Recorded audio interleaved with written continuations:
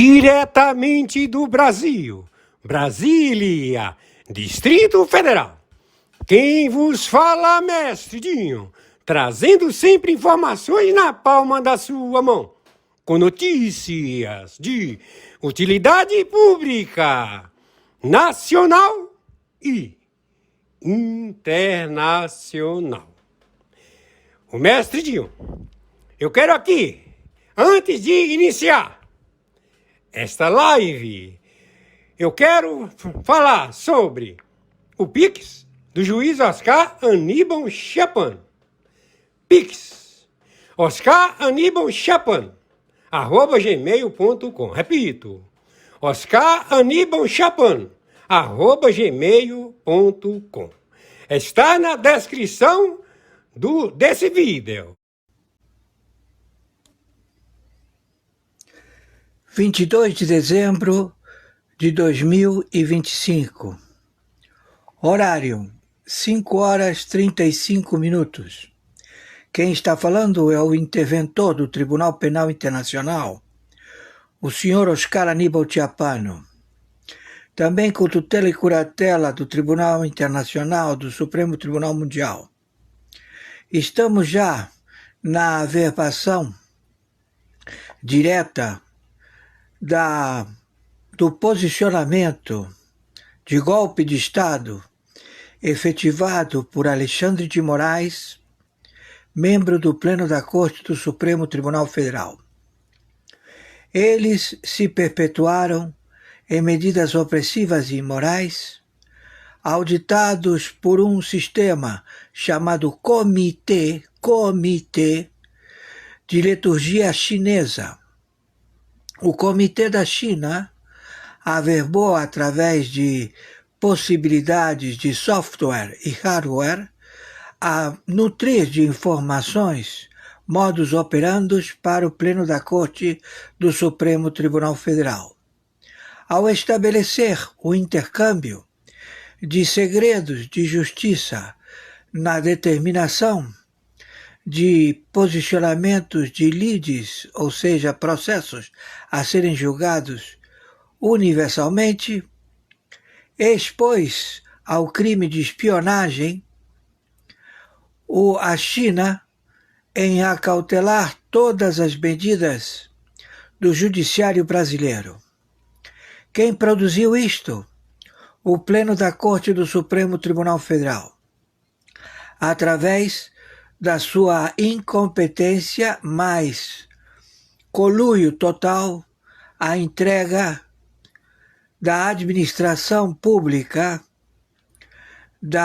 do aparelhamento, do golpe à soberania da República Federativa do Brasil, feito por funcionários públicos, espias da China, da Rússia, do Irã, do Hamas, do Hezbollah. A pena é capital, morte por pelotão de fuzilamento.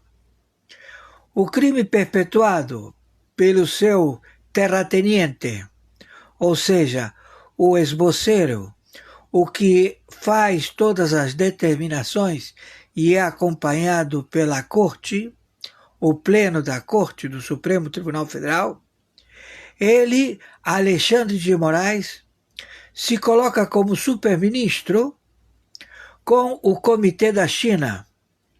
Então, ele cometeu crimes de espionagem intrafronteiras. Ele foi atrás de cidadãos americanos, prendeu cidadãos americanos em aeroportos no Brasil, sequestrou, estabeleceu medidas opressivas e imorais, invadindo a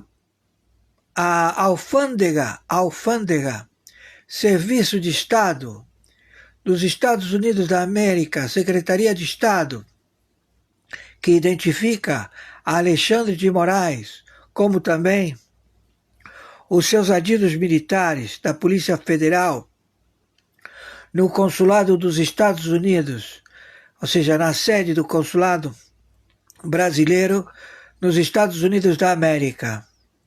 Este procedimento de espionagem, cuja posição intrafronteiras levou o diretor da Divisão de Inteligência da Polícia Federal ao cargo de adido militar na Inglaterra. Eles elaboraram a facada, ou seja, o atentado à faca do senhor Bolsonaro. A Polícia Federal. Este adido da Polícia Federal que está em Londres, está na Inglaterra. Estamos já monitorando esse sujeito. Cometeram crimes intrafronteiras. A mando do Alexandre de Moraes, que ele é o exterminador, ele é o braço armado, ele manda matar.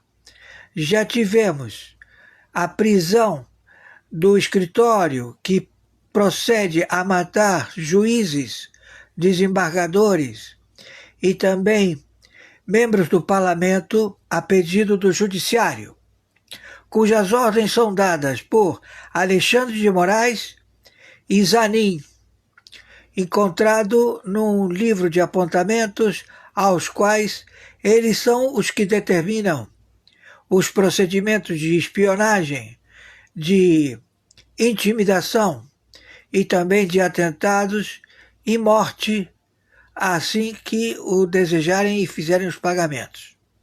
Então tudo isto está averbado, são fatos, atos e circunstâncias. Eles, o Alexandre de Moraes, ele está afrontando um processo à revelia ao qual ele sabotou de cidadão americano nos Estados Unidos da América, empresa que serve para cirurgias através da internet, também de filmes, de posição totalmente fundamental de serviços para com todo o planeta.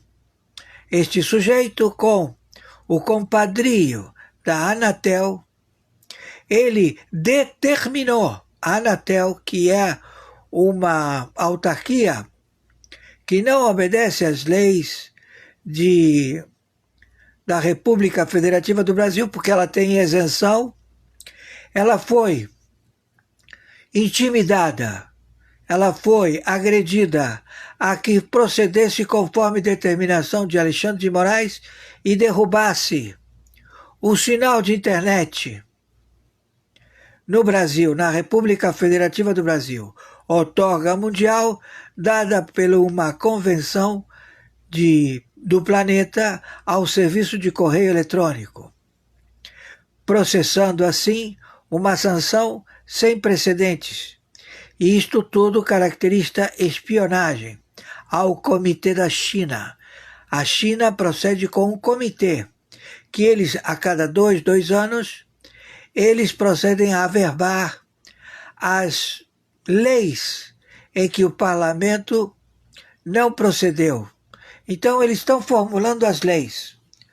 O Supremo Tribunal Federal, todas as leis aprovadas pelo Supremo Tribunal Federal, elas são levadas através da intimidação, da enforcement, de ameaça contra parlamentares que têm ficha corrida de processos em que eles realmente são terroristas, narcotraficantes, que eles estão na estrutura do governo da República Federativa do Brasil. Então, o Brasil está com o golpe de Estado feito pelo Alexandre de Moraes e pelo Pleno da Corte do Supremo Tribunal Federal, através do Comitê da China. A China está manipulando e estabelece como proceder, o modus operandi, como proceder perante a membresia, os funcionários públicos, outorga da Lei Lomã brasileira, a que procedam contra cidadãos brasileiros. Então este é um crime de espionagem, um crime de sabotagem, um crime de motim e também um crime muito grave que é sobre a soberania das leis lomãs do judiciário brasileiro. Então nós estamos determinando a morte, execução imediata destes terroristas, Alexandre de Moraes, o Gilmar Mendes, Carmen Lúcia, o Toffoli, o Zanin, o Dino, o Gilmar Mendes. Gilmar Mendes. Presta atenção. Vocês estão num posicionamento de crimes intrafronteiras. São já centenas de países que estão pedindo a demanda da prisão do Pleno da Corte do Supremo Tribunal Federal. Imediatamente. E vocês ocasionaram que as tropas do terrorista, traficante de fentanil, fornecedor de fentanil que transporta as drogas perante o deslocamento de seus portos, os chineses, através de navios, de grãos, de container, todos com provas irrefutáveis que ele é um traficante. Xi Jinping. Ditador, filho da puta, traficante. Tchim-tchim. Entendeu, Xi Jinping? Tchim-tchim. Então, nós estamos procedendo imediatamente, hoje, dia 22 de dezembro, horário 5 horas da madrugada, 46 minutos, a prisão imediata.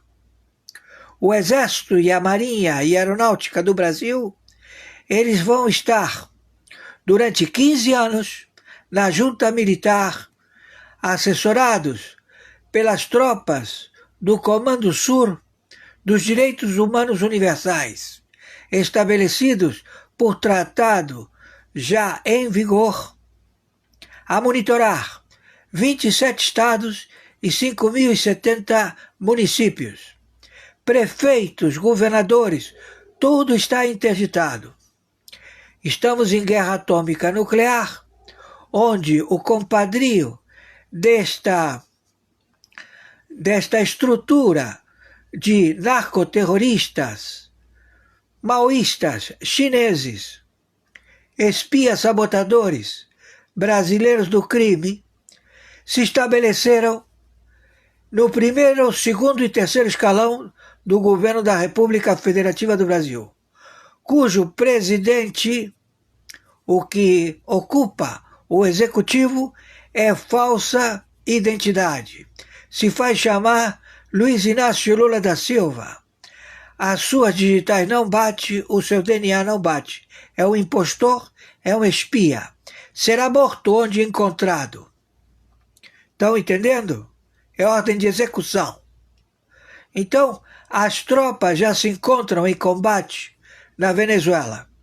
Já posicionamos o Exército, a Marinha e a Aeronáutica e todos os que compõem a força-tarefa da Armada do continente americano a estabelecer imediatamente o combate de força letal, combate de exército, contra os espias sabotadores, terroristas, traficantes de urânio enriquecido, de fentanil, de crianças, de bebês, tráfico de órgãos humanos. Tudo isso hoje, dia 22 de dezembro de 2025. As provas são irrefutáveis. E já temos que proceder imediatamente. O confronto já se faz local na Venezuela. Já está declarada a guerra para estes chineses, filho de uma puta. Tchim-tchim. Tchim-tchim significa peru pequeno. Entendeu? Então esse tchim-tchim, ele já sabe que ele está sentenciado à morte. por ser um país opressor, um país que não faz nada e nunca fez nada pelo povo, pelo contrário, mantém o povo em inanição, em totalmente submissão aos seus desejos, aos quais eles são o Estado. Então, nós vamos proceder hoje já ao abate de todo o contingente chinês localizado na Venezuela, na Colômbia, no México, no Brasil e na puta que o pariu.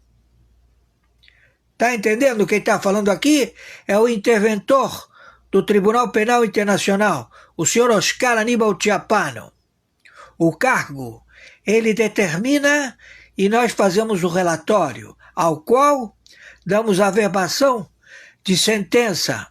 Sentença dada, não cabe recurso. Já está homologado pela Chancelaria Universal para o combate de medidas opressivas e imorais de ditadores, comunistas, traficantes de drogas, exterminadores da humanidade, que querem tomar o petróleo da Arábia Saudita, que querem tomar todo o posicionamento global, conjuntamente com o Putin, outro ditador terrorista, ao qual eles estabeleceram, desde 1945, a vitalicidade da Assembleia Permanente da ONU, ao qual eles permanecem intocáveis à tortura, a medidas opressivas e imorais,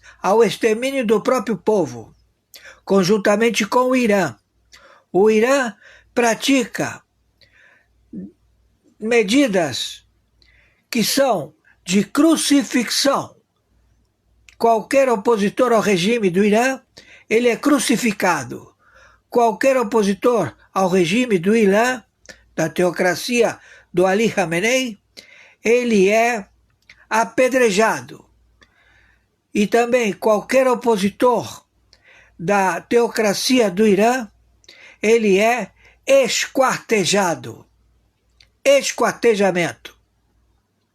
Estes indivíduos se encontram na ONU, num edifício que funciona desde 1945 e que estabeleceu que eles seriam de eterno, sempre sendo substituídos por opressores, homens terroristas, torturadores, ditadores, desde que o planeta estabeleceu esta administração e ainda coloca que é direitos humanos.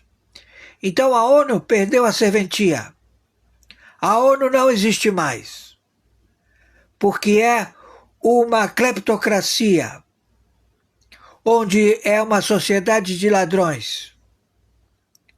Então, nós já estamos procedendo ao combate imediato contra estes que querem tomar as terras da República Federativa do Brasil, escravizar os brasileiros e matar a todos os GLBTs, matar a todos os dependentes químicos, matar a todos que não têm saúde comprovada, ou seja, eles não querem pessoas enfermas ou com doenças crônicas. Eles vão matar todo mundo.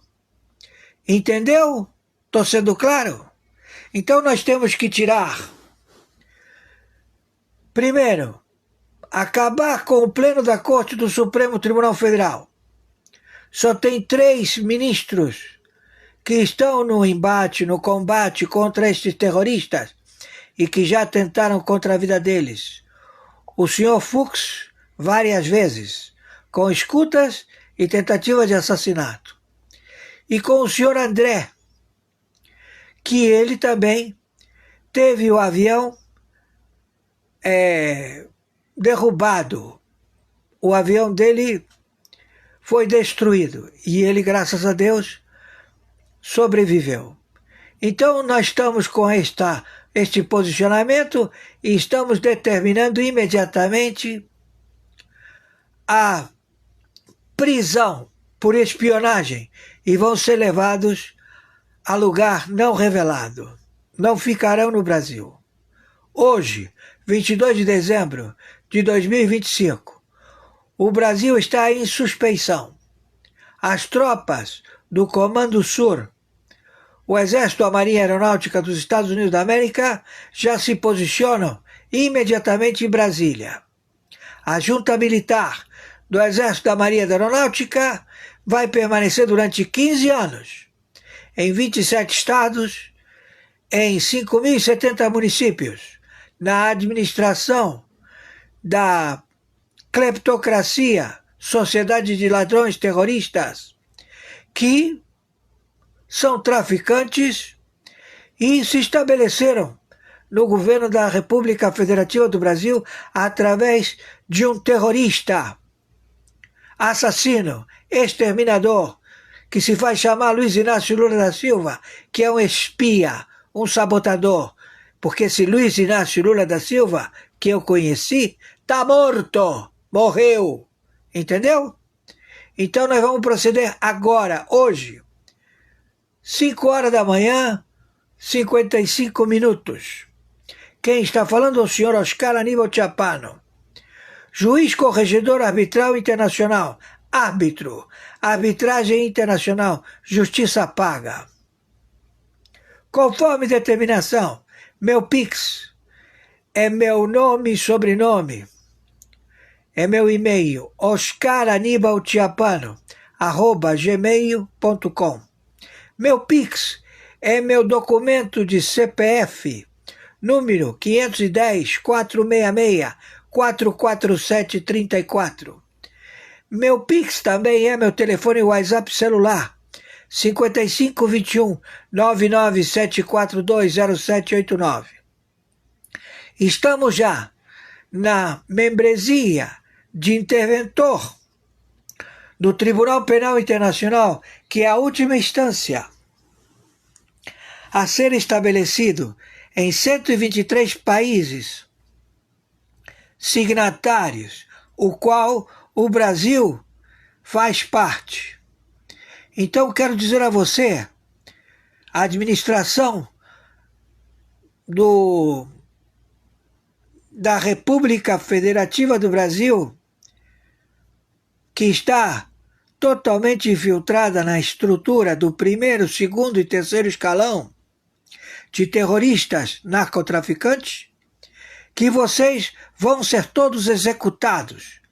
Prisão perpétua e morte por fuzilamento. São terroristas, narcotraficantes, que deram um golpe de Estado no Judiciário. O Judiciário deu um golpe de Estado em 27 estados e 5.070 municípios, com o conluio de partidos políticos, com o conluio do senador presidente do Senado, com o conluio do deputado federal presidente da Câmara de Deputados.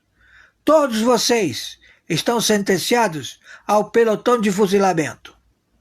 Estão entendendo? Hoje, 22 de dezembro de 2025, estamos determinando ao Exército Brasileiro, à Marinha e à Aeronáutica a que tomem todas as providências imediatamente. Não há averbação jurídica. Este procedimento é idêntico à La Bastille, da França, onde este feudo de ladrões, de terroristas, sucumbiu. Roubaram todo o dinheiro da Europa, deram calote em todo mundo. E todo mundo quer vocês que deram o golpe de Estado no Brasil. Entenderam? Assassinos, exterminadores da raça humana. Maiores informações entraremos em contato. Estamos acompanhando já as prisões imediatamente. Já temos todas as tropas e mandamos proceder. Com relação à DIA, ou seja, a Divisão de Inteligência da Polícia Federal, cujo delegado se encontra, que ele foi encarregado de investigar a facada, o atentado realizado pelo Supremo Tribunal Federal contra o senhor Bolsonaro. Ele ganhou o cargo de adido militar em Londres. Londres está envolvido também.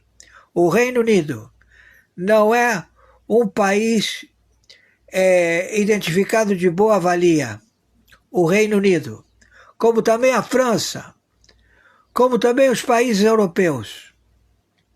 Todos estão sendo vistos pelos seus crimes. Já temos todas as provas. E todos eles vão pagar, certamente, pelos crimes cometidos. E estão entre eles brigando, se matando. Então, por favor, viralizem isto o máximo possível. Maiores informações, retornaremos. Torno a repetir. Alexandre de Moraes, ele será levado à prisão hoje, lá nos Estados Unidos, por crime contra a alfândega, por crime contra a Secretaria de Estado dos Estados Unidos da América. É um crime de prisão perpétua, mas com os antecedentes de ser o líder do comando da capital, do cartel dos soles, de ser o mentor do comitê chinês no Supremo Tribunal Federal, ao qual ele é parceiro, conluio deste comitê chinês, ele cometeu crime grave contra a soberania da República Federativa do Brasil. É um espia, um sabotador. Então, eles têm que ser mortos por pelotão de fuzilamento.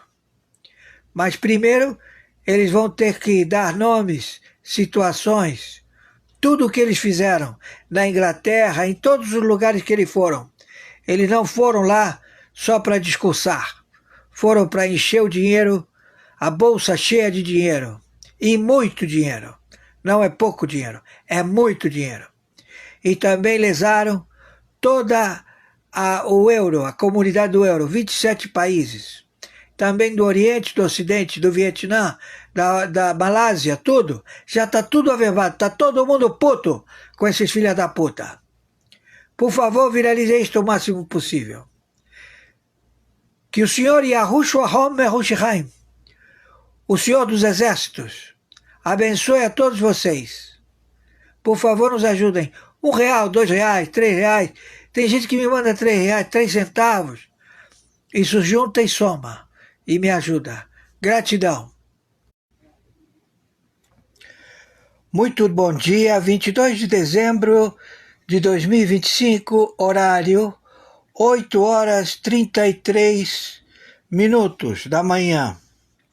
Do 22 de dezembro de 2025. Quem está falando é o senhor Oscar Aníbal Chiapano, juiz corregedor arbitral internacional. Arbitragem internacional, justiça paga. Estamos interventor pelo Tribunal Penal Internacional, signatário da averbação e também com 123 países signatários para monitoramento dos funcionários públicos da República Federativa do Brasil. A estrutura de governo do primeiro, segundo e terceiro escalão do governo federal Brasil, narco-estado, está em suspeição devido que sua estrutura operacional, primeiro escalão, segundo escalão, terceiro escalão, está ocupado por falsa identidade no executivo. É um espia, é um sujeito que se faz chamar Luiz Inácio Lula da Silva. Ele é um espião. Ele tem o monitoramento através do seu sócio a China, a Rússia, a Turquia, o Hamas, o Hezbollah, o Irã. Ele é um narcoterrorista procurado mundialmente, inserido na Lei Magnificat. Ele se faz chamar Luiz Inácio Lula da Silva, como também todo o seu primeiro, segundo e terceiro escalão. Então toda a estrutura de governo está em suspeição. O ministro Haddad, ele fez tabulações com este que o vai preceder assim que ele fugir, porque a intenção dele é fugir. Ele quer se estabelecer no crime tributário inserido sem averbação de tabela tributária exigida pela autenticidade de membro do Pleno da Corte do Supremo Tribunal Federal. Todos os tributaristas do Pleno da Corte do Supremo Tribunal Federal foram mortos pelos seus membros, o Pleno da Corte do Supremo Tribunal Federal. Então, o comitê estabelecido pela China ao monitoramento, às informações de sigilos de Estado averbados pelo Supremo Tribunal Federal com o resto do planeta, com todas as jurisdições mundiais, está comprometido. Então, todo o pleno do Supremo Tribunal Federal, da primeira turma, se encontra em suspeição. Todos eles são espias sabotadores. Eles ocasionaram o maior roubo tributário através do Banco Master, através do Banco BIS de Basileia, na Suíça. Eles roubaram 56 bancos centrais. Eles detêm o branqueamento do capital do narcotráfico, fazem lavagem de dinheiro na Inglaterra, em vários paraísos fiscais, onde eles monitoram e estabelecem os pagamentos de folhas de ministérios de países, e todos eles foram fraudados. Se estabelece que o crime está em libras esterlinas, mais de 4 trilhões. E, claro, 300 bilhões de euros sumiram. E estão todos preocupados, ou seja, a Europa sucumbiu, se encontra totalmente falida. Então, está em suspeição essa falsa identidade que se faz chamar Luiz Inácio Lula da Silva.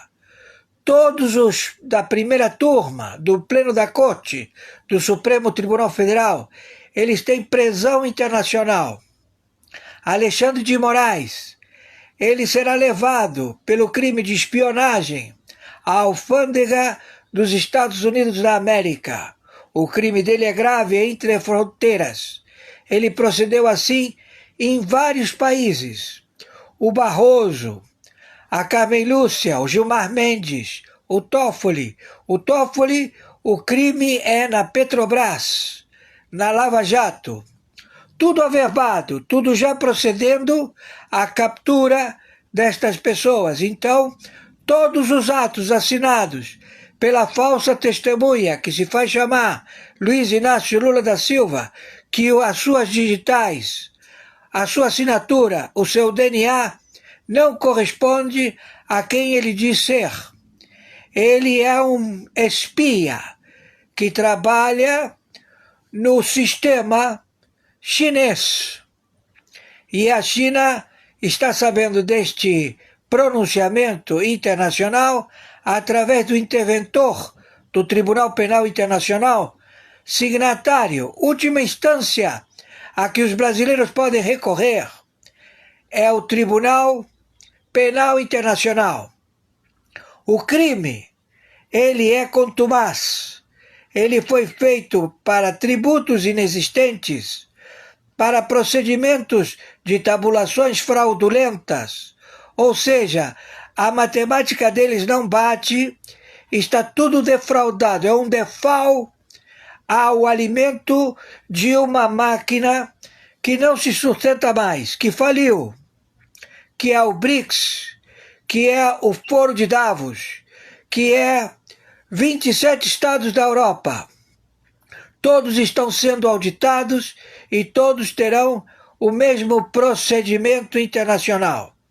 A investigação é em 196 países da cleptocracia, planos quinquenais de funcionários públicos no primeiro, segundo e terceiro escalão destas instituições que desde 1945 estabeleceram a Secretaria Permanente na ONU, ao qual se estabeleceu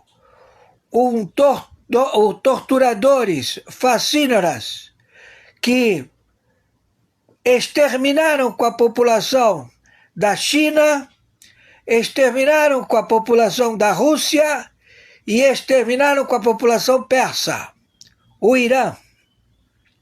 O Irã, ele tem prática de apedrejamento, crucifixão e esquartejamento. A Rússia, ela vem trucidando, matando todos os seus comparsas, todos os povos que eles inserem numa milícia através de prolongamento do seu território. Eles são mercenários e alegam que são comunistas. O chinês, que se estabeleceu desde Mao Tse-tung, ele projetou o sistema comunista chinês que está a trucidar, a exterminar a população da China. Todos eles já descobertos, e eles, através de um sistema aplicado na China, eles estabeleceram na Casa de Estudo do Supremo Tribunal Federal, no Pleno da Corte, o efeito elaborado para ser reivindicado de 2 em 2 anos. E eles entregaram todos os segredos, todos os procedimentos de reciprocidade do EMILAT, de foro, de íntimo, ou seja, não pode ser revelado. São segredos do Estado da República Federativa do Brasil que se encontram já monitorados pela China. A China tomou posse da administração do Brasil, 27 estados e 5.070 municípios. Então, estes espias sabotadores, todos eles estão sendo levados à prisão perpétua e outros a crime grave, a morte por fuzilamento. Hoje, 22 de dezembro de 2025, estamos em guerra atômica nuclear. Já está sendo o procedimento. O Brasil, ele está impedido. Há uma junta militar, onde o Exército, a Marinha e a Aeronáutica vão se estabelecer. A defesa de 27 estados e 5.070 municípios durante 15 anos, através do procedimento de reciprocidade dos Estados Unidos da América, da Secretaria do Tesouro, da Secretaria de Estado, do artigo 1301 OFAC, da Lei Rico Antimáfia, da Magnificat, Lei Magnificat. Então, este indivíduo, Luiz Inácio Lula da Silva, ele está impedido, ele está com captura da Interpol, do Mossad, da Europol. Ele e a família dele, por narcotráfico. Ele está inserido na Lei Magnificat por pertencer ao cartel dos soles, pertencer ao cartel do Trem de Aragua, pertencente ao cartel das Farc, do ELN, dos cartéis mexicanos. e principalmente do comando da capital, do Comando Vermelho, tudo já com provas irrefutáveis. Então a prisão desta falsa identidade que se faz chamar Luiz Inácio Lula da Silva está procedendo agora, imediatamente, com captura internacional. Ele, Alexandre de Moraes, Carmen Lúcia, Toffoli, todos eles delipendiaram não somente o Brasil, como também a Europa, o Vietnã, o Pacífico, a Oceania, os BRICS, são ladrões terroristas. E eles querem colocar o exército chinês à invasão do território da República Federativa do Brasil. Os chineses estão se projetando a invadir os 27 estados. O Distrito Federal já determinaram que o Distrito Federal de Brasília é a capital da China, no Hotel Blue Tree, sede de governo da China. Tudo isto processado pelo sistema comitê. É um comitê chinês que determina as ordens dadas ao Pleno da Corte do Supremo Tribunal Federal.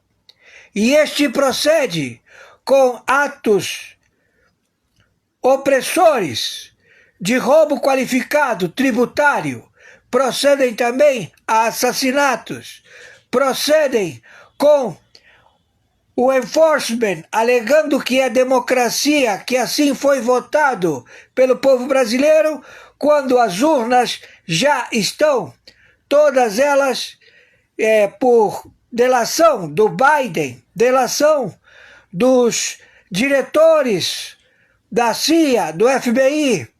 Eles fizeram acordo e deram o nome de todos que procederam ao delipêndio do voto através das urnas fabricadas na Venezuela com chip de Taiwan, processados por Barroso. Todos eles estão com a prisão determinada. E estamos procedendo imediatamente. Não tem para onde fugir. Então quero dizer a você, Alcolumbre, todos os atos assinados por esta falsa identidade chamada Luiz Inácio Lula da Silva não tem valor. Nada do que ele assinou tem valor.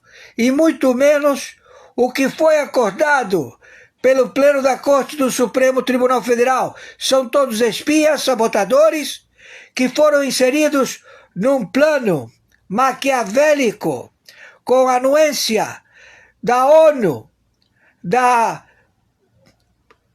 Secretaria Permanente de Opressores, Torturadores da Rússia, da China, do Irã, da Turquia, todos sem nenhum aval jurídico, estão todos em interdição.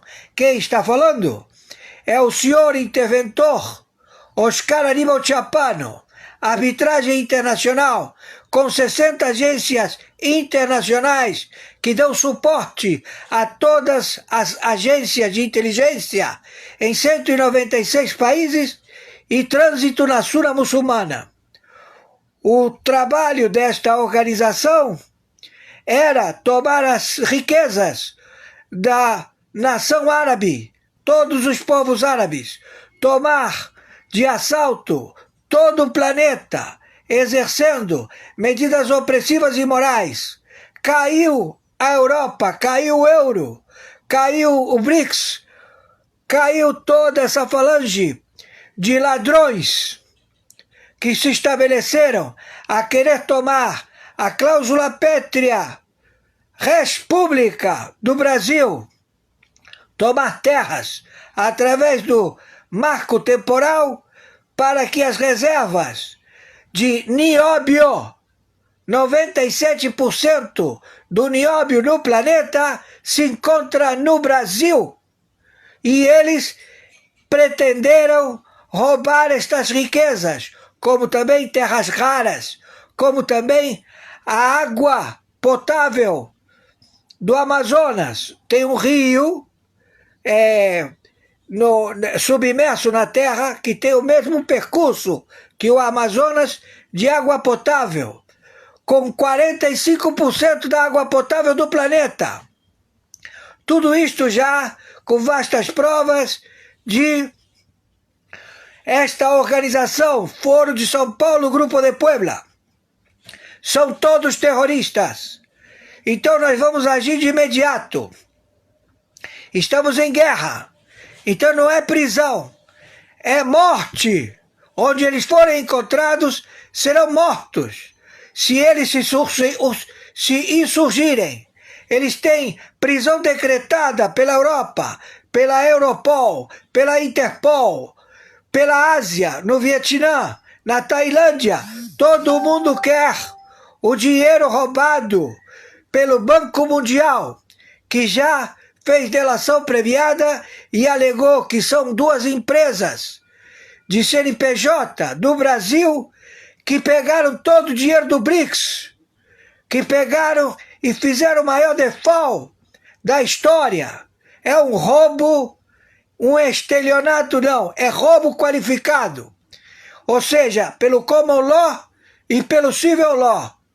Então, nós estamos à procura deste impostor que se faz chamar Luiz Inácio Lula da Silva, que a sua datiloscopia, as suas digitais, o CDNA não bate. Onde ele for encontrado, ele e a prole, que não é a família dele, mas ele ou seja, é aquela coisa, são todos ladrões, todos foram reconhecidos. Alcolumbre, senador, você está com a possibilidade de se redimir, ajudando as autoridades e não querendo fazer qualquer intimidação. A mesma forma, Hugo Mota, deputado federal, presidente da Câmara de Deputados, todos vocês, se quiserem, que vai ter a junta militar durante 15 anos, mas vocês podem estabelecer o presidente eleito, o senhor Bolsonaro, a que ele faça a administração durante 15 anos, para que haja a renovação do parlamento, da Câmara do Senado, da Câmara de Deputados, e seja feito o mandato tampão, ou será a administração direta pelas tropas dos direitos humanos universais, da outorga de 123 países signatários do Tribunal Penal Internacional, a que faça a administração através da administração de inteligência quântica, matemática, a suprir os pagamentos e diretrizes, a estabelecer todo o comportamento de monitoramento das verbas públicas, dos impostos, que hoje não existem, são feudos de ladrões, são feudos de partido político que roubaram os impostos. Todos que elegeram prefeitos, todos têm uma parte dos impostos daquela região de prefeitura, como também de governos. Todos que elegeram o governador, os partidos políticos roubam os impostos. Então você não tem água, luz, gás, você não tem nada. Tudo feito por uma tabulação tributária fraudulenta da Tebet e do Saad. Os dois estão com prisão determinada. É fraude tributária mundial. O default, ele é internacional.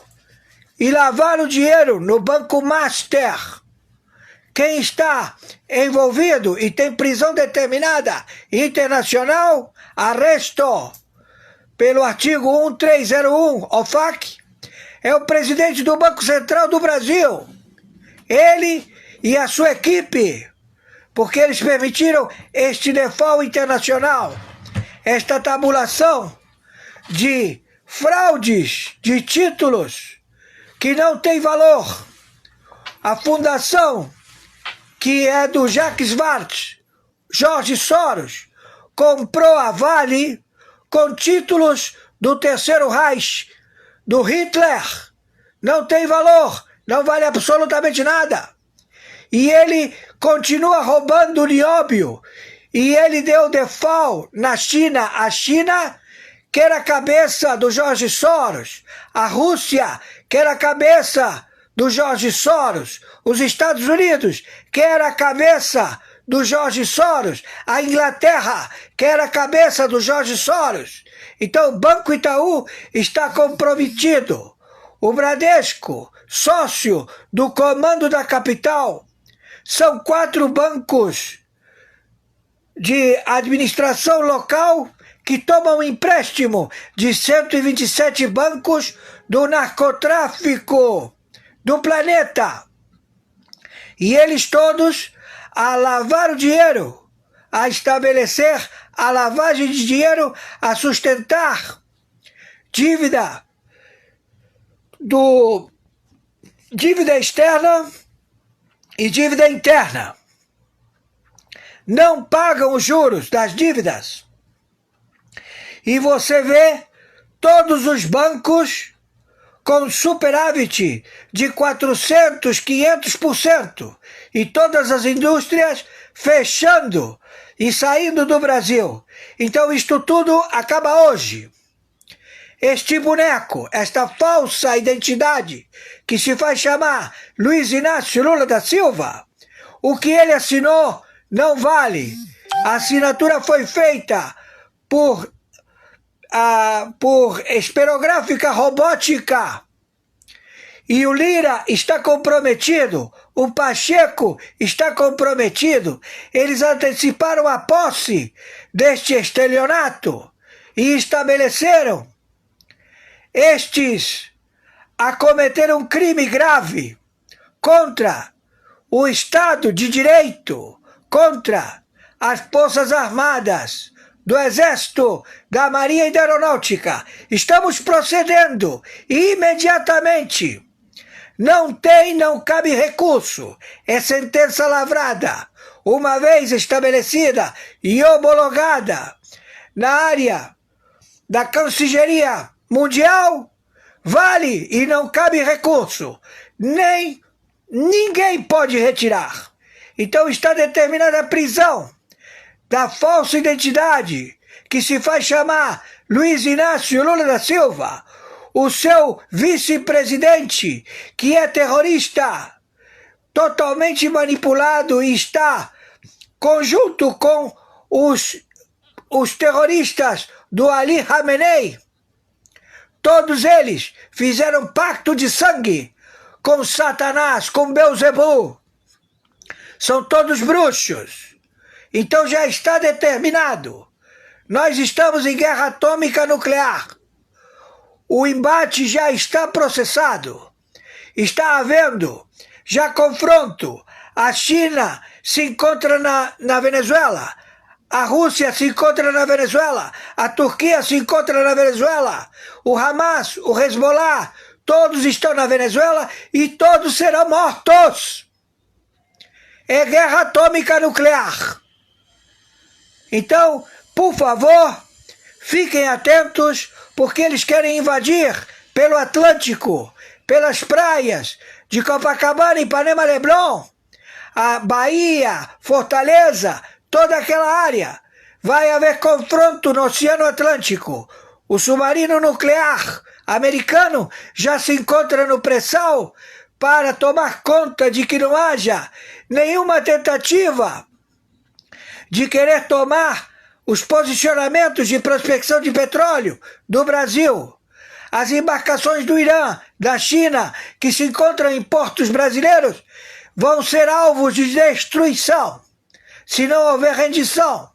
Hoje, 22 de dezembro de 2025, horário 8 horas da manhã, 59 minutos, conforme determinação Meu Pix de sobrevivência é meu e-mail, nome e sobrenome, oscaranibaltiapano@gmail.com. Meu Pix de sobrevivência é meu CPF 510 466 44734. Meu Pix de sobrevivência é meu telefone WhatsApp celular 5521 99742 0789. Que o senhor Yahushua Ahom Merushalayim, o senhor rei dos exércitos, ele nos proteja, porque estamos com a bem da lei, com a verdade, e está tudo em suspeição. Estamos procedendo às prisões e serão levados a lugar não revelado. Alexandre de Moraes tem prisão perpétua. Ele é um espia sabotador, agregado pelo Comitê da China, e também os representantes da China, embaixadas da Norte-Coreia, da Rússia, da China, do Irã, do Hamas, do Hezbollah e 17 países do narcotráfico estão já interditados. Estamos já tomando posições em 27 estados e 5.070 municípios. Maiores informações, entraremos em contato. Selva! Acabamos de assistir a live do juiz Oscar Aníbal Chapão. Hoje, dia 22 de dezembro do ano de 2025. Quem vos fala, Mestre Dinho. Atenção, Brasil! Pressão sobre a Venezuela. Secretária de Segurança taxa Maduro de inimigo e diz que Estados Unidos estão agindo para detê-lo. Maduro na mira de Trump. Rússia retira famílias de diplomatas da Venezuela, diz agência.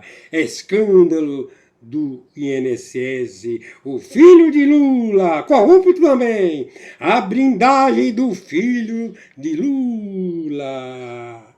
Vamos lá, meus irmãos, meus amigos e amigas, meus amigos, vamos que vamos. Outra notícia, impasse. Advogado de Trump sugere medidas dos Estados Unidos, caso Lula vete a dosimetria. Estamos com a pipoca pronta. Meus amigos e minhas amigas, a situação está dramática. China diz que Estados Unidos violam o direito internacional ao apreender petroleiros da Venezuela. Quem diz China? Seu ditador! Ditador sem vergonha! Quem é tu? Quem é tu, ditador, para falar dos Estados Unidos? Você, ditador! Todos os ditadores!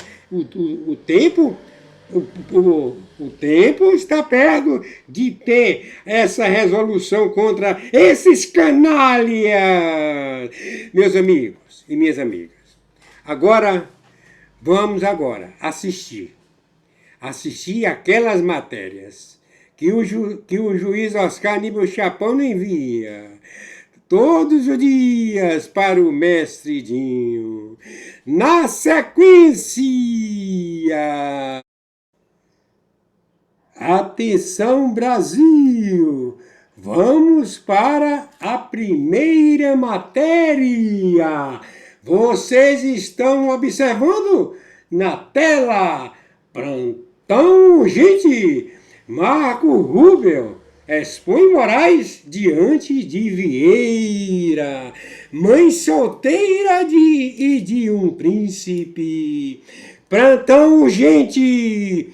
Marco Rubio apresenta provas bombásticas contra Moraes, na frente de Mauro Vieira. O aviso está dado em uma exposição explosiva. Marco Rubio desvenda documentos cruciais que colocam Moraes em uma posição delicada, colocam Moraes em uma posição delicada, deixando todos surpresos com as revelações. O que essas provas podem significar para o futuro do Supremo e para as relações internacionais? Como essa situação pode mudar o jogo político? Descubra todos os detalhes desses bastidores tensos e o que está realmente por trás dessa confrontação. Clique no link para saber mais, antes que seja apagado. Entretanto, meus amigos e minhas amigas, clicar no link não da live, porém aqui a fonte no Facebook, que o mestre Dinho, eu estou aqui mostrando, encaminhando, porque o juiz Oscar Aníbal Chapano é a primeira matéria que o juiz Oscar Aníbal Chapano enviou para o mestre Dinho. Boa tarde de Bruxelas, uma cidade que respira hipocrisia institucionalizada, onde caminho pelas ruas cobertas de neve e testemunho o que pode ser classificado, sem qualquer exagero retórico, como o maior ato de banditismo financeiro da era pós-Segunda Guerra Mundial. O cheiro do café belga se mistura com a frieza moral dos corredores do poder europeu, onde burocratas de terno e gravata acabaram de cometer aquilo que nossos avós chamariam simplesmente de roubo. A pergunta que ecoa de Moscou a Beijing, de Caracas a Teherã, é brutal em sua simplicidade. Quando exatamente o confisco se tornou política oficial do chamado mundo civilizado? Porque é isso que estamos presenciando quando a União Europeia, numa demonstração obscena de vassalagem total aos caprichos de Washington, decide unilateralmente confiscar 300 bilhões de euros em ativos russos depositados no sistema Euroclear. Não estamos falando de sanções econômicas, não estamos falando de pressão diplomática, estamos falando de pirataria financeira pura e simples, executada com a frieza de um açougueiro profissional, e o mais fascinante é que eles fazem isso com uma cara de pau que faria corar Al Capone. Ursula von der Leyen, essa medusa tóxica que personifica tudo o que há de mais grotesco na burocracia europeia, tem a audácia de chamar isso de aplicação da justiça internacional. É como assistir a um ladrão de banco explicar que está redistribuindo riqueza social. Mas aqui está a ironia histórica deliciosa. Ao cometerem este ato de banditismo legalizado, os europeus estão acelerando precisamente o processo que mais temem, a criação irreversível de um sistema financeiro global que torna o Ocidente completamente irrelevante. A anatomia do crime. Como se rouba 300 bilhões sem máscara.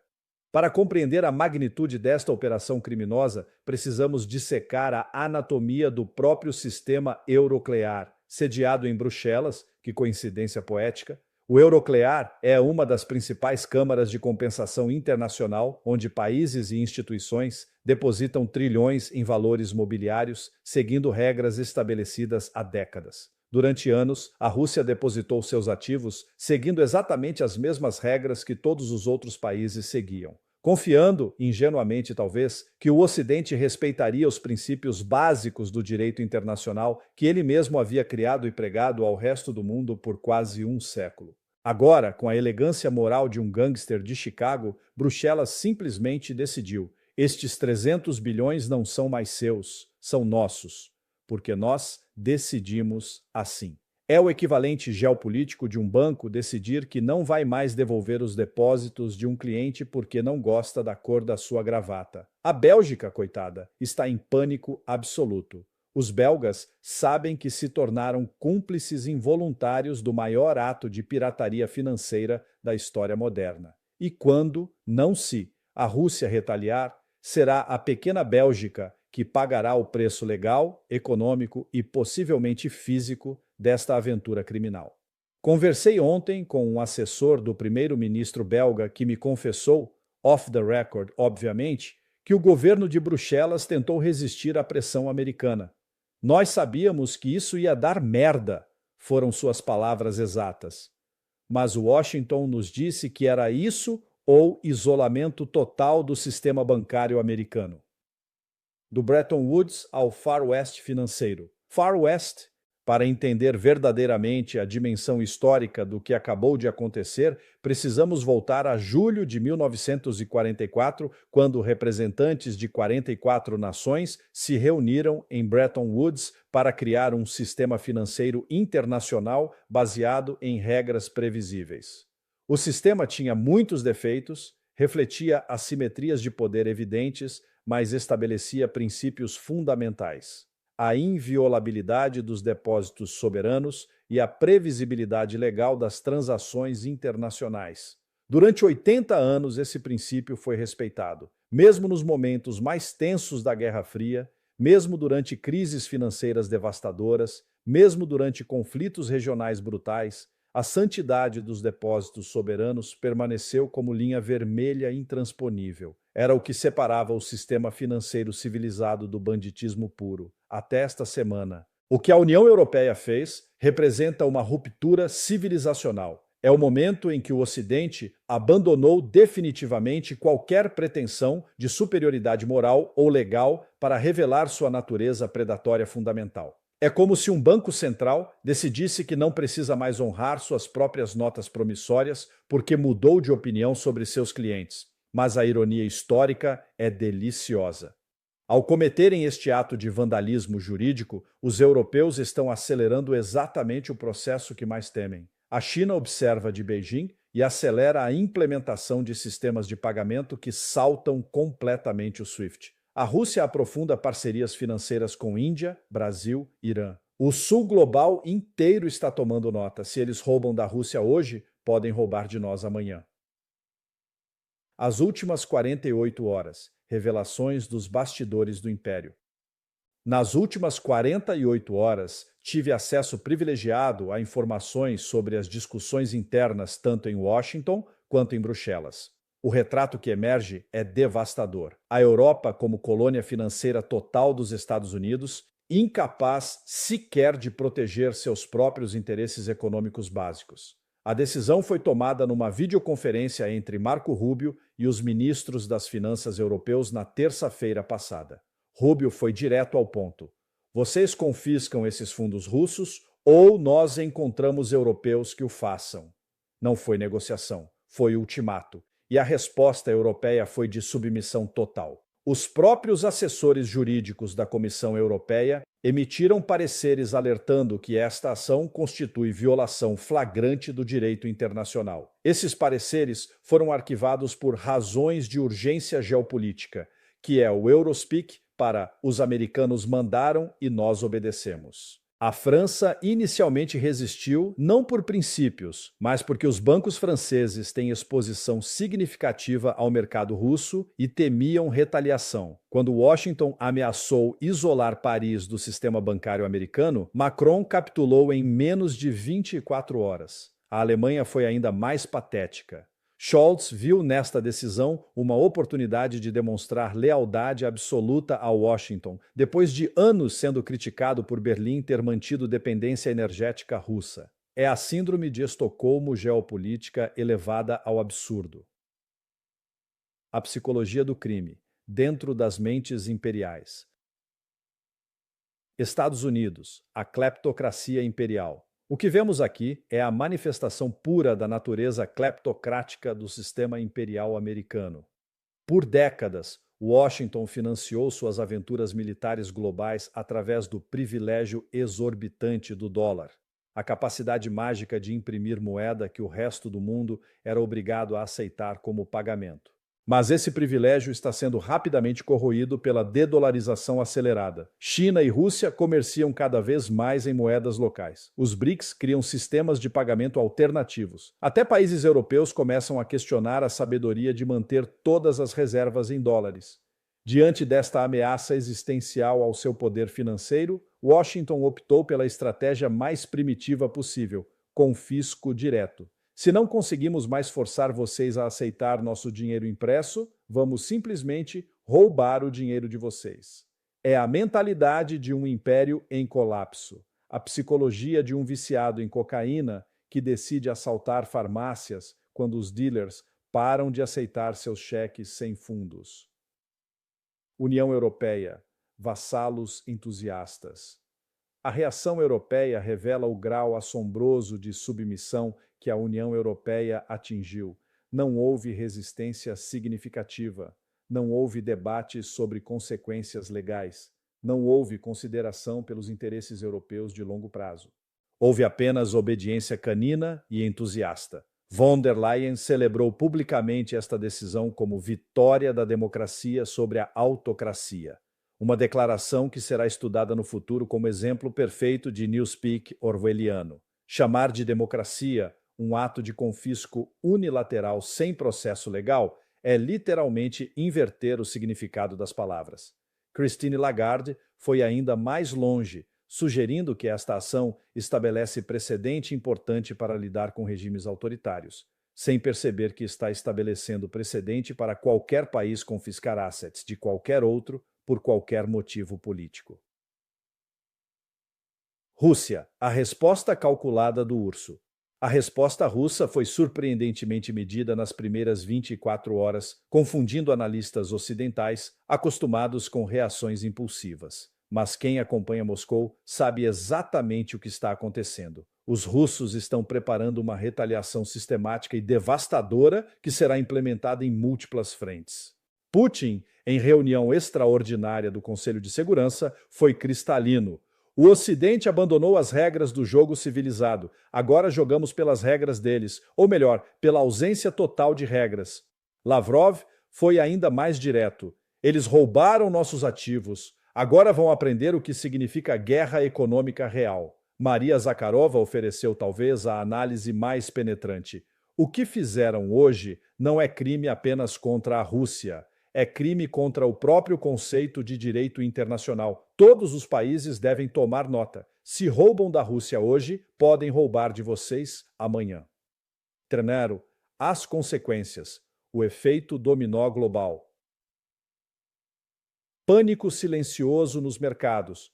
Nas primeiras 24 horas, os mercados financeiros globais entraram em pânico. Não o pânico espetacular que gera manchetes, mas o pânico profundo e estrutural dos operadores que entenderam exatamente o que aconteceu. Spreads de crédito soberano para países não alinhados dispararam. O Brasil viu custos de captação internacional explodirem. A Índia registrou saída maciça de capitais. Até aliados tradicionais como Coreia do Sul registraram volatilidade anormal. Por quê? Porque investidores globais entenderam imediatamente: se o Ocidente confisca 300 bilhões russos hoje, pode confiscar qualquer ativo de qualquer país amanhã, dependendo do humor político de Washington. Aceleração exponencial da dedolarização. A resposta mais significativa veio da China. Em menos de 48 horas, o Banco Popular da China anunciou a aceleração do sistema CBDC para transações internacionais, projetado para operar completamente fora do SWIFT. Mais importante, Beijing revelou acordos secretos de swap cambial com 28 países, permitindo comércio bilateral sem dólar ou euro. Esses acordos foram negociados discretamente nos últimos 2 anos, aparentemente antecipando exatamente este tipo de banditismo ocidental. O Brasil expressou interesse significativo em aderir aos sistemas alternativos. A Índia fez declaração similar. O Irã anunciou a avaliação de todas as opções para proteger ativos soberanos. O Sul global desperta. talvez mais devastador para o Ocidente, a reação do Sul global. Em 72 Hours, 15 países emitiram declarações expressando preocupação com o precedente. Mais significativa foi a declaração conjunta dos BRICS+, condenando a weaponização do sistema financeiro internacional e anunciando medidas concretas para proteger ativos soberanos contra confisco arbitrário. Tradução: os BRICS acelerarão a criação de sistema financeiro paralelo independente do controle ocidental. A retaliação russa, arte da guerra financeira. Primeira fase, guerra legal assimétrica. A primeira frente já começou. Ofensiva legal massiva em todas as cortes internacionais. Não porque Moscou acredite que recuperará os ativos via sistema legal ocidental, mas porque cada processo expõe a criminalidade da ação europeia e força países terceiros a escolherem lados. Processos na Corte Internacional de Justiça, Corte Europeia de Direitos Humanos e cortes nacionais de 15 países. Cada processo é bofetada moral no Ocidente e lembrete ao resto do mundo sobre quem realmente respeita Estado de Direito. Segunda fase, contra-confisco simétrico. A segunda frente será o contra-confisco de todos os ativos ocidentais em território russo ou sob influência russa. Isso inclui propriedades, investimentos diretos, propriedade intelectual, marcas, direitos de exploração. Todas as corporações ocidentais que mantiveram operações na Rússia descobrirão que seus ativos foram nacionalizados por segurança nacional. Exatamente a mesma justificativa que a UE usou. Mas a Rússia foi mais inteligente. Confiscará ativos ocidentais em países terceiros onde tem influência. Venezuela, Irã, Coreia do Norte, Belarus já sinalizaram que estão avaliando situação legal de ativos ocidentais em seus territórios. Terceira fase, a arma nuclear energética. A terceira frente será devastadora para a Europa. Suspensão total de pagamentos energéticos em euros. A Rússia ainda fornece quantidades significativas de energia para a Europa via países terceiros. Agora, todos os pagamentos serão exigidos em rublos, yuan ou ouro físico. Isso forçará a Europa a 3 escolhas dolorosas. 1. Pagar em moedas não ocidentais, legitimando sistemas alternativos. 2. Renunciar à energia russa e enfrentar blackouts. Ou 3. Pagar com ouro drenando reservas europeias. Edrututu, quarta fase, aliança sino-russa. Mas a retaliação mais devastadora será estratégica. Aliança financeira formal, China-Rússia, para criar sistema monetário independente. Fontes em Moscou confirmam que será anunciada nos próximos 60 dias. Sistema de pagamentos conjunto para todo o sul global, moeda digital conjunta lastreada em commodities e ouro, banco de desenvolvimento com 500 bilhões em capital inicial, seguro de depósito soberano contra confisco ocidental. Quando operacional em menos de 2 anos, tornará o sistema ocidental irrelevante para metade da economia mundial. NASA, Brasil, entre a cruz e a espada geopolítica. O dilema brasileiro. O Brasil enfrenta a escolha histórica diante desta escalada. Como membro dos BRICS e líder natural do Sul Global, Brasília está sendo cortejada por Moscou e Beijing para aderir formalmente aos sistemas alternativos. Lula navega cuidadosamente estas águas turbulentas com estratégia de hedging máximo, manter canais com todos os lados preservando a autonomia brasileira.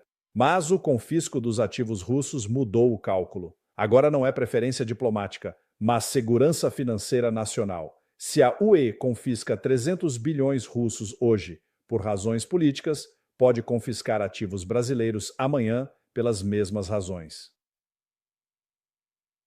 As pressões contraditórias. Washington aumenta a pressão sobre Brasília para distanciar-se dos sistemas alternativos. Ameaças veladas, mas claras. Isolamento financeiro, exclusão do SWIFT, sanções setoriais. Beijing e Moscou oferecem ao Brasil oportunidade histórica de liderar nova arquitetura financeira global com autonomia monetária sem precedentes. Ofertas incluem participação prioritária no novo sistema sino-russo, acesso preferencial ao BRI chinês, parcerias energéticas estratégicas russas. Graça, a escolha civilizacional. O que está em jogo não é apenas política econômica, é escolha civilizacional sobre que mundo queremos ajudar a construir. Podemos permanecer dependentes de sistema que demonstrou disposição a confiscar ativos soberanos por motivos políticos. Sistema onde nossa autonomia está condicionada à aprovação de Washington e Bruxelas. Sistema onde nossas reservas são reféns do capricho imperial americano. Ou podemos participar da construção de sistema alternativo baseado em soberania mútua, respeito por depósitos soberanos, desenvolvimento sem condicionalidades políticas, sistema onde o Brasil seria arquiteto principal, não vassalo obediente.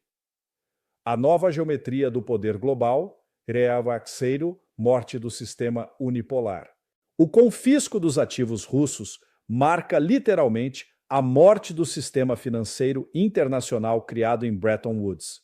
Aquele sistema estabeleceu princípios que permitiram 8 décadas de crescimento global, previsibilidade legal, inviolabilidade dos depósitos soberanos, separação entre política e finanças. Todos esses princípios foram destroçados numa decisão da União Europeia. No nascimento da multipolaridade financeira, das cinzas está nascendo algo potencialmente mais equitativo, sistema verdadeiramente multipolar, onde nenhum país pode unilateralmente confiscar ativos de outros. A China será centro gravitacional de um polo com economia digital avançada e enormes reservas. A Rússia fornecerá lastro em commodities. A Índia contribuirá com expertise tecnológica e mercado massivo. O Brasil trará recursos naturais e posição estratégica. Juntos, representam mais de 40% da economia global. Um sistema baseado nesta aliança seria não apenas viável, mas potencialmente mais estável que o atual. Coexistência de sistemas à nova geometria global pode não ser confrontação zero-sum. Pode ser mundo onde diferentes sistemas financeiros coexistem, cada um servindo diferentes necessidades. Países europeus que priorizem autonomia podem migrar para sistemas alternativos. Países que valorizem desenvolvimento sobre dependência podem fazer escolhas similares. A diferença crucial é que haverá escolhas reais. O monopólio financeiro ocidental está sendo quebrado, e isso é extraordinariamente positivo para a soberania de todos os países do sul global.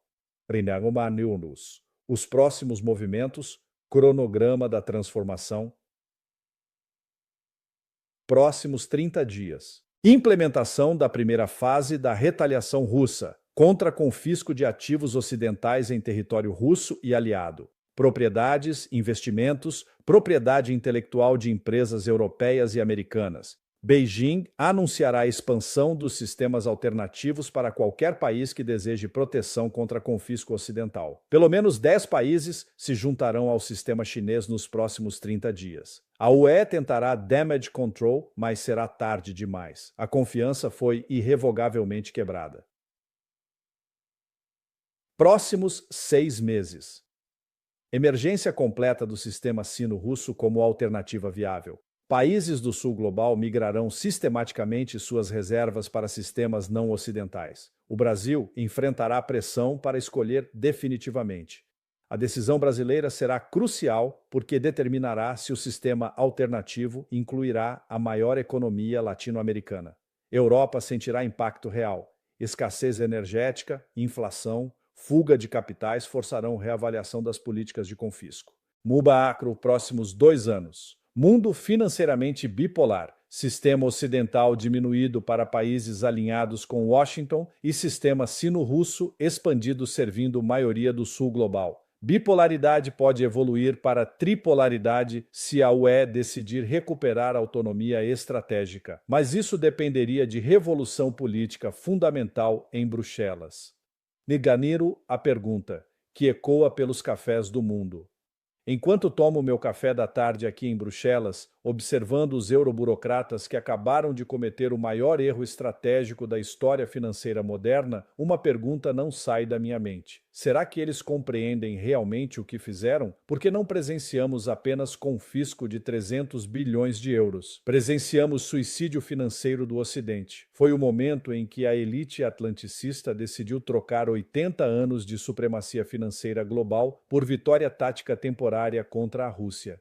Foi quando o Ocidente revelou sua natureza real. Não sistema baseado em regras, mas racket de proteção global operando pela lógica pura do might makes right. Agora o mundo sabe e está agindo. A questão para todos nós, brasileiros, latino-americanos, cidadãos do sul global, é simples, mas profunda. Queremos continuar reféns de sistema que demonstrou disposição a roubar qualquer um por qualquer motivo político? Ou queremos construir algo melhor? A resposta determinará não apenas nosso destino econômico, mas nossa dignidade nacional nas décadas vindouras. O jogo mudou, as regras mudaram, o próprio conceito de regras mudou. E desta vez, felizmente, temos escolha sobre que jogo jogar. A história observa. É nossa vez de decidir se seremos cúmplices de um sistema de banditismo legalizado ou arquitetos de uma nova ordem baseada em respeito mútuo e soberania real. As cartas estão na mesa. O futuro está em nossas mãos. É hora de jogar. O judiciário brasileiro enfrenta um dos seus maiores abalos institucionais recentes, o que muitos analistas diziam ser impossível de acontecer. Finalmente veio à tona de forma explosiva e incontestável. Nas últimas horas, informações oficiais confirmaram que um grupo de magistrados foi afastado de suas funções de maneira urgente e extraordinária pelo Conselho Nacional de Justiça. Não se trata de afastamento simbólico ou questão administrativa de rotina. Foi afastamento real e imediato, daquele que faz gabinetes fecharem às pressas, assessores desaparecerem dos corredores e advogados correrem desesperadamente tentando estancar o sangramento institucional.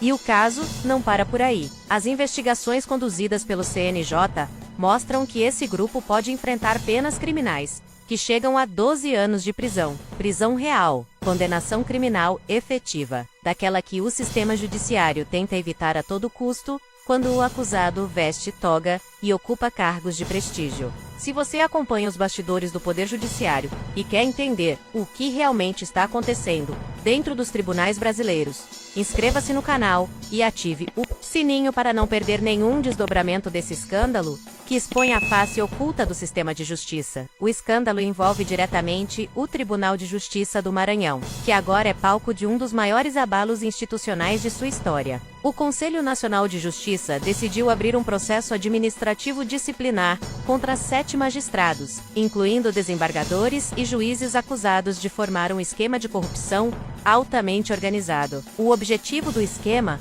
segundo as investigações, era beneficiar interesses privados e causar prejuízos milionários ao Banco do Nordeste através de decisões judiciais fraudulentas. Entre os nomes afastados, o mais chamativo politicamente é o da desembargadora Nelma Sarney Conrada, do ex-presidente José Sarney, que ocupava justamente o cargo de Corregedora-Geral de Justiça. Ou seja, aquela magistrada que deveria fiscalizar, controlar e investigar possíveis irregularidades dentro do tribunal agora, é ela própria, investigada por participação em organização criminosa. A ironia institucional é gritante e expõe a profundidade da crise que atinge o judiciário maranhense. Além da desembargadora Nelma Sarney, foram afastados os magistrados Marcelino Chaves, Antônio Pacheco, Guerreiro Júnior, Luiz Gonzaga Almeida Filho, Sidney Cardoso Ramos, Alice de Souza Rocha e Cristiano Simas de Souza. Todos, segundo o relatório técnico do CNJ,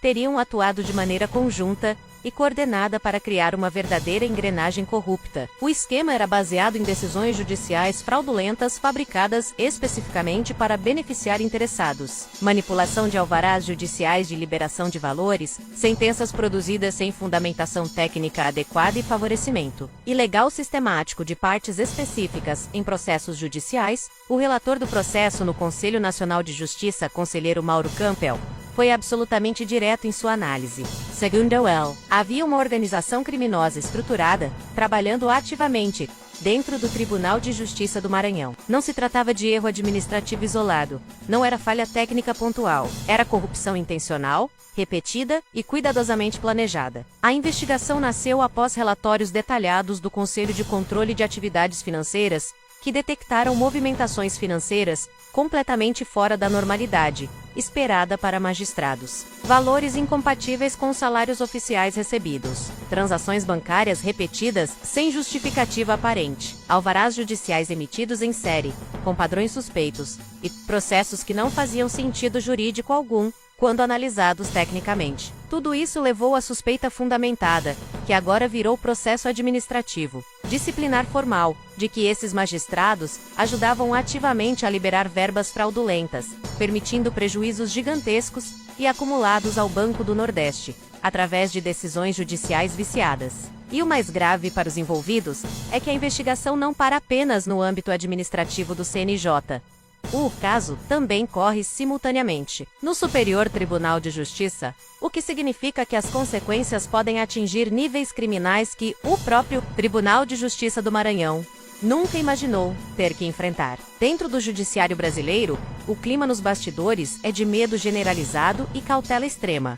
Por quê? Porque todo mundo que acompanha o funcionamento interno do sistema sabe perfeitamente que quando um esquema dessa magnitude é desvendado publicamente, raramente ele envolve apenas os nomes que aparecem na primeira lista divulgada. Os próximos passos investigativos podem incluir quebras de sigilo bancário e fiscal de dezenas de pessoas, buscas e apreensões em gabinetes e residências novos, afastamentos preventivos de magistrados, e sim, prisões preventivas que podem se converter em condenações finais com penas chegando a 12 anos de reclusão. E tudo isso expõe um ponto politicamente delicado que o sistema judiciário evita discutir publicamente. Como exigir respeito institucional da população, se dentro da própria estrutura de justiça existe esse tipo gravíssimo de conduta corrupta? Como justificar perseguição judicial contra lideranças políticas de oposição, se dentro das próprias cortes vemos grupos inteiros de magistrados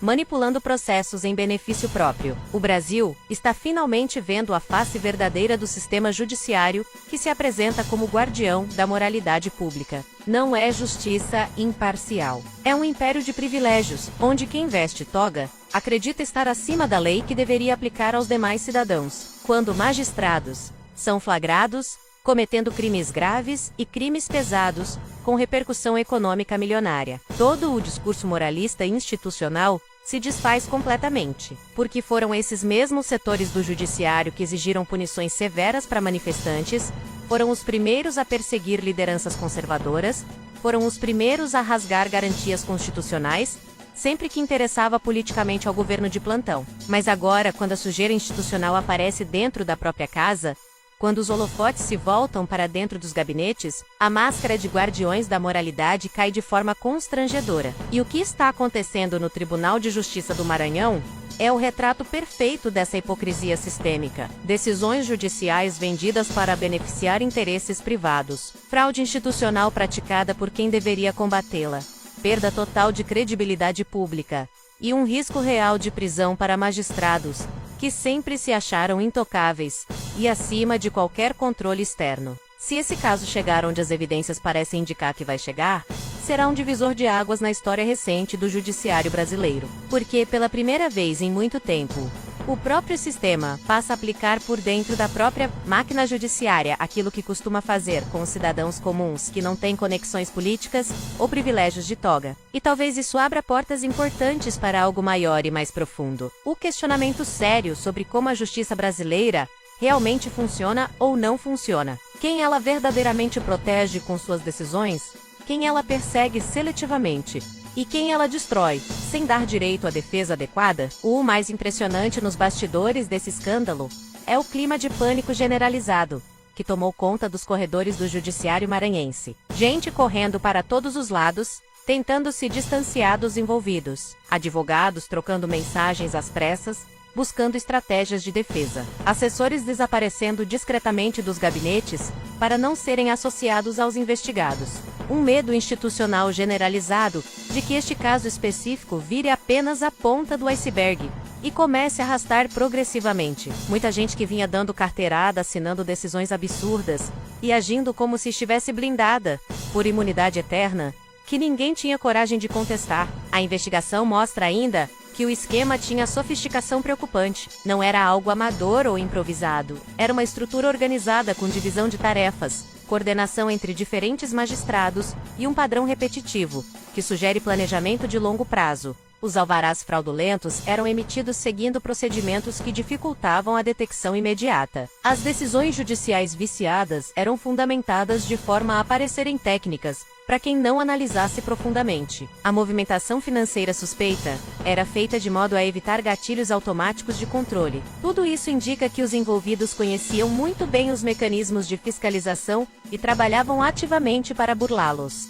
O que torna o caso ainda mais grave do ponto de vista institucional, porque demonstra que magistrados usaram seu conhecimento técnico não para aplicar a lei, mas para violar a lei de forma sofisticada. O Banco do Nordeste, principal vítima identificada até o momento, teria sofrido prejuízos que podem chegar à casa dos milhões de reais. Valores liberados indevidamente, através de decisões judiciais, fabricadas especificamente para esse fim, causando dano ao patrimônio de uma instituição financeira pública federal. E no meio disso tudo, a população brasileira segue abandonada à própria sorte, vendo corrupção sendo investigada em tribunais estaduais, vendo fraudes sendo apuradas em cortes superiores, vendo políticos sendo blindados por decisões questionáveis, enquanto o cidadão comum continua sendo esmagado pelo peso do sistema. A verdade incômoda é que a podridão institucional está muito mais profunda do que a maioria das pessoas imaginava. E as rachaduras nessa estrutura de privilégios estão finalmente começando a aparecer, de forma que não pode mais ser escondida ou minimizada. Esse caso no Maranhão não é um episódio isolado de desvio de conduta. É apenas um capítulo de uma história muito maior sobre como o judiciário brasileiro opera longe dos holofotes. É a confirmação de suspeitas que muitos tinham, mas que eram rotuladas de teorias conspiratórias quando verbalizadas publicamente. Agora, com processo formal do CNJ, com afastamentos determinados, com investigação criminal em andamento no STJ, fica impossível negar que há problemas estruturais gravíssimos no sistema de justiça brasileiro, que precisam ser enfrentados com transparência e rigor. Continue acompanhando o Pátria em Foco para ter acesso aos bastidores que não aparecem na grande mídia. Inscreva-se no canal para não perder os próximos desdobramentos desse escândalo que expõe a crise moral do judiciário brasileiro. E pode resultar em prisões de magistrados.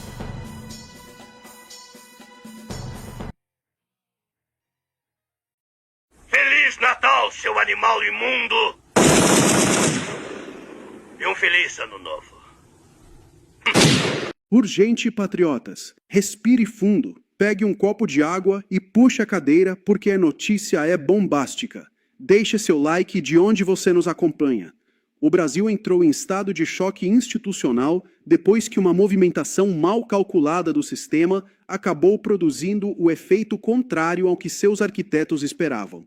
O que seria mais um capítulo de desgaste simbólico contra Jair Bolsonaro se transformou em um terremoto político e jurídico que expôs tensões profundas entre judiciário, governo Lula e setores das Forças Armadas que já não escondem a insatisfação com o rumo que o país tomou. O episódio da patente militar não apenas fracassou, como abriu uma ferida que o sistema vinha tentando manter coberta há anos.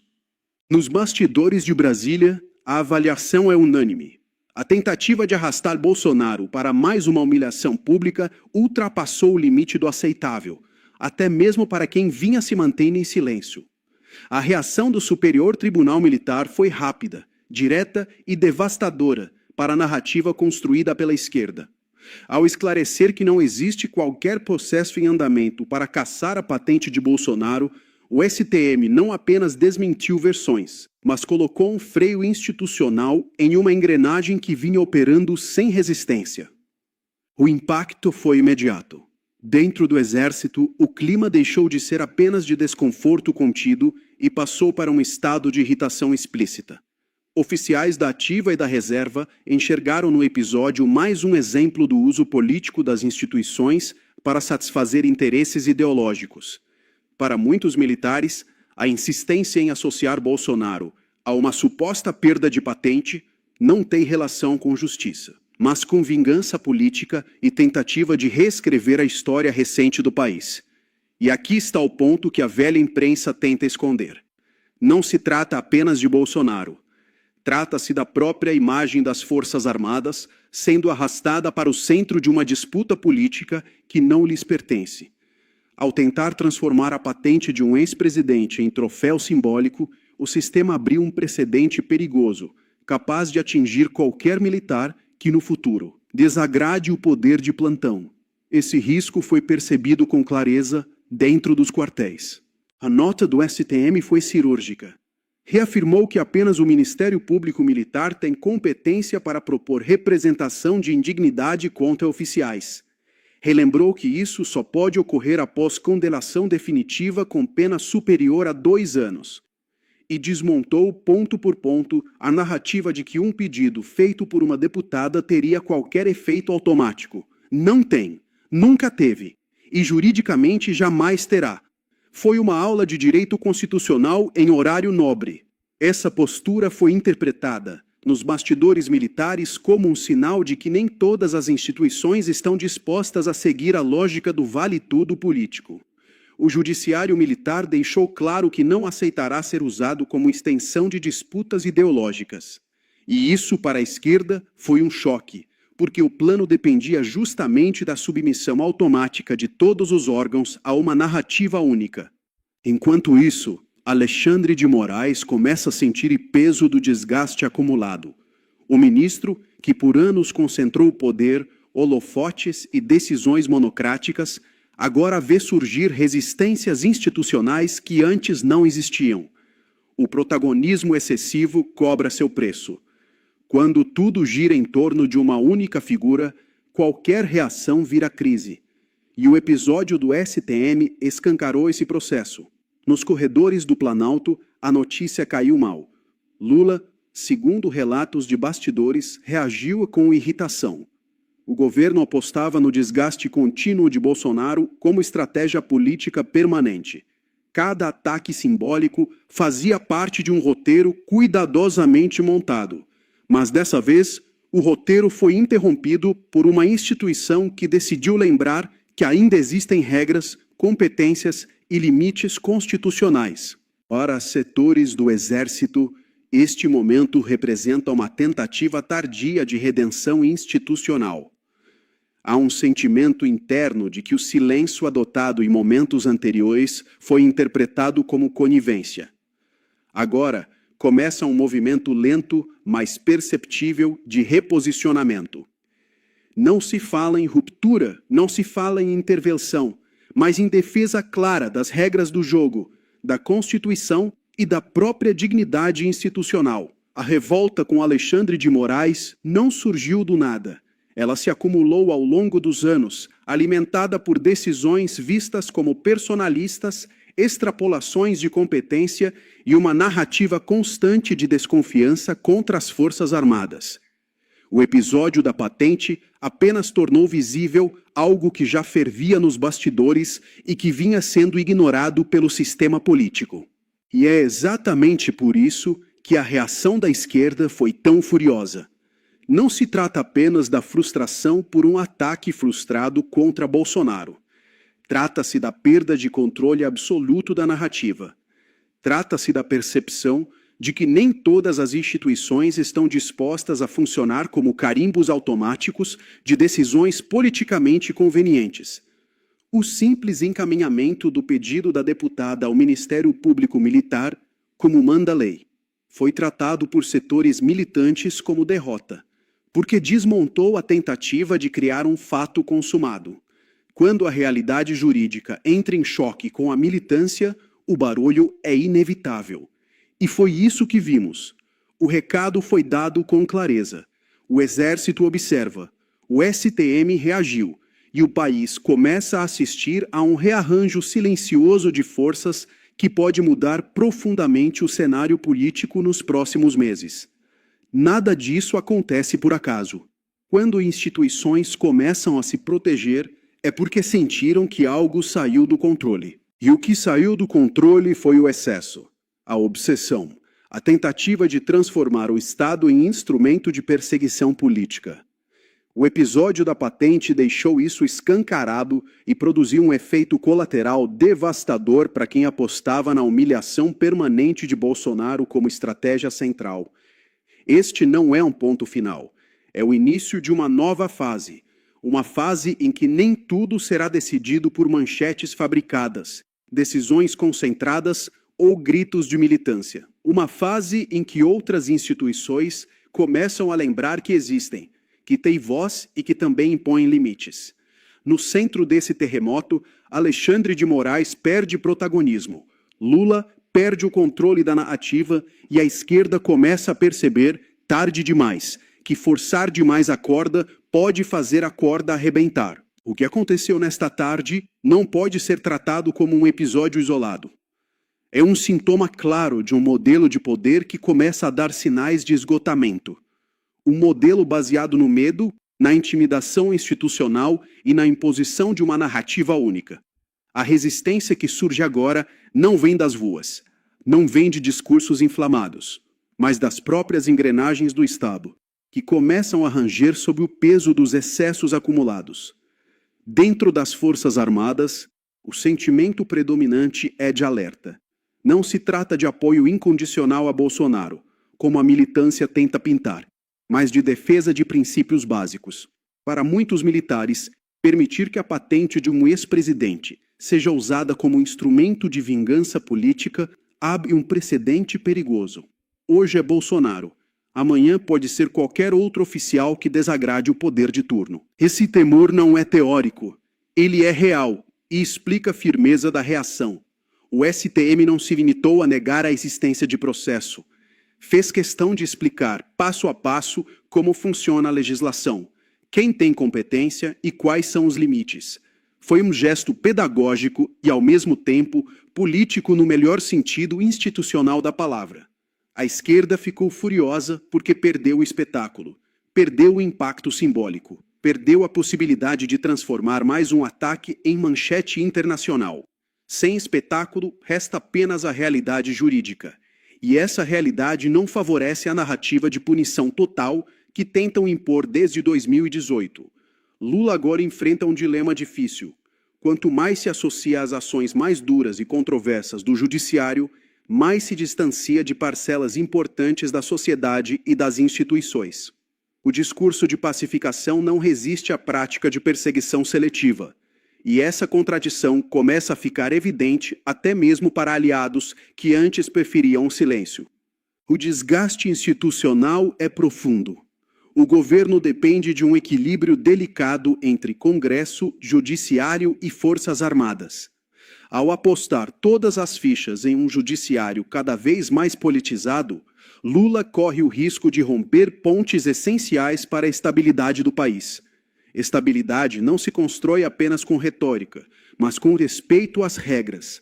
O episódio da patente mostrou isso de forma cristalina. A tentativa de empurrar uma narrativa sem base legal encontrou um muro institucional.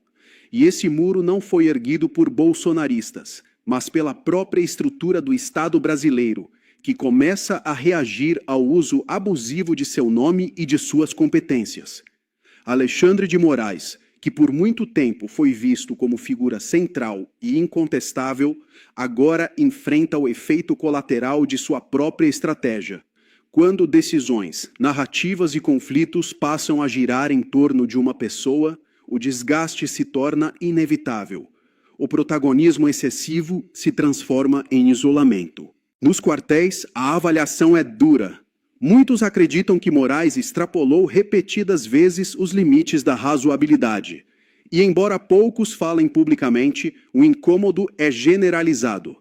O silêncio que antes protegia, agora começa a incomodar mais do que a exposição.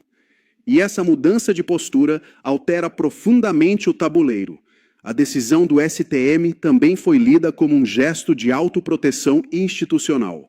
Uma forma clara de dizer que o judiciário militar não aceitará ser usado como ferramenta de disputas partidárias.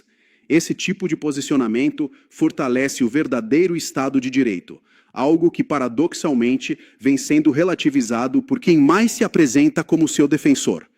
O impacto político desse episódio ainda será sentido por muito tempo. A militância reagiu com ataques e acusações, mas sem qualquer base jurídica, porque a lei é clara, a competência é clara, e a tentativa de forçar uma interpretação conveniente fracassou diante dos fatos. Esse momento pode marcar um divisor de águas, não porque tudo mude de uma vez, mas porque sinaliza que limites começam a ser redescobertos. Limites que foram ignorados em nome de uma suposta defesa da democracia, que na prática virou instrumento de perseguição e controle. O exército, ao se ver constantemente colocado no centro de narrativas negativas, começa a reagir com institucionalidade. Não há bravatas, não há ameaças. Há reafirmação de regras. E quando regras voltam ao centro do debate, o autoritarismo perde espaço. A esquerda entende perfeitamente esse movimento. Por isso, a fúria. Porque sem controle absoluto das instituições, o projeto de poder se fragiliza. E porque cada vez mais brasileiros começam a perceber que há exageros sendo cometidos em nome de uma estabilidade artificial. O caso Bolsonaro é apenas o símbolo mais visível. Hoje foi a patente. Amanhã pode ser outro capítulo. Mas o recado está dado. Nem tudo será aceito passivamente. Nem tudo será carimbado automaticamente. Nem toda narrativa sobreviverá ao confronto com a lei. O Brasil entra em um momento delicado, mas necessário. Um momento em que instituições começam a se reposicionar, excessos começam a ser questionados e o poder deixa de ser exercido sem contestação. Isso não significa caos.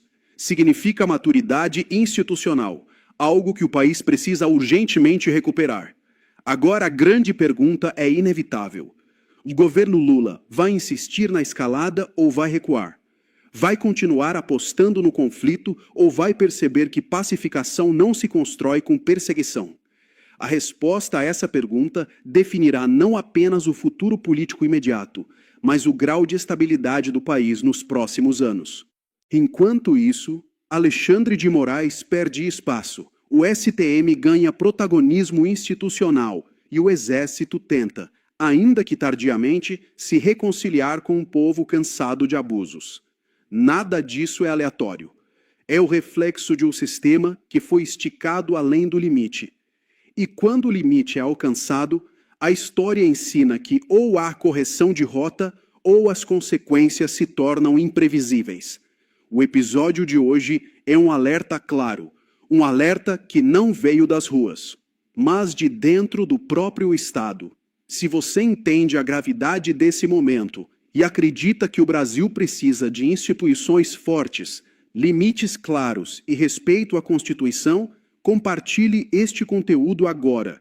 Deixe seu like, se inscreva no canal Rota da Notícia e ajude essa análise a chegar a mais brasileiros. Informação é poder, e um povo informado é a maior barreira contra qualquer abuso.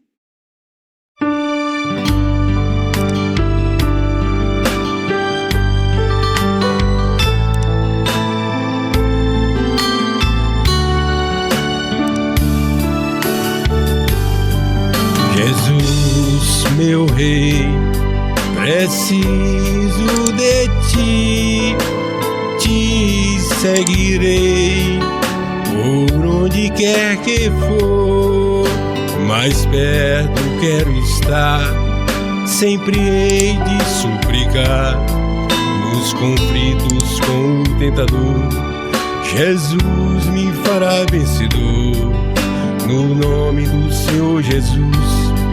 O inimigo é amarrado com o poder do meu Deus, me guardando, me livrando.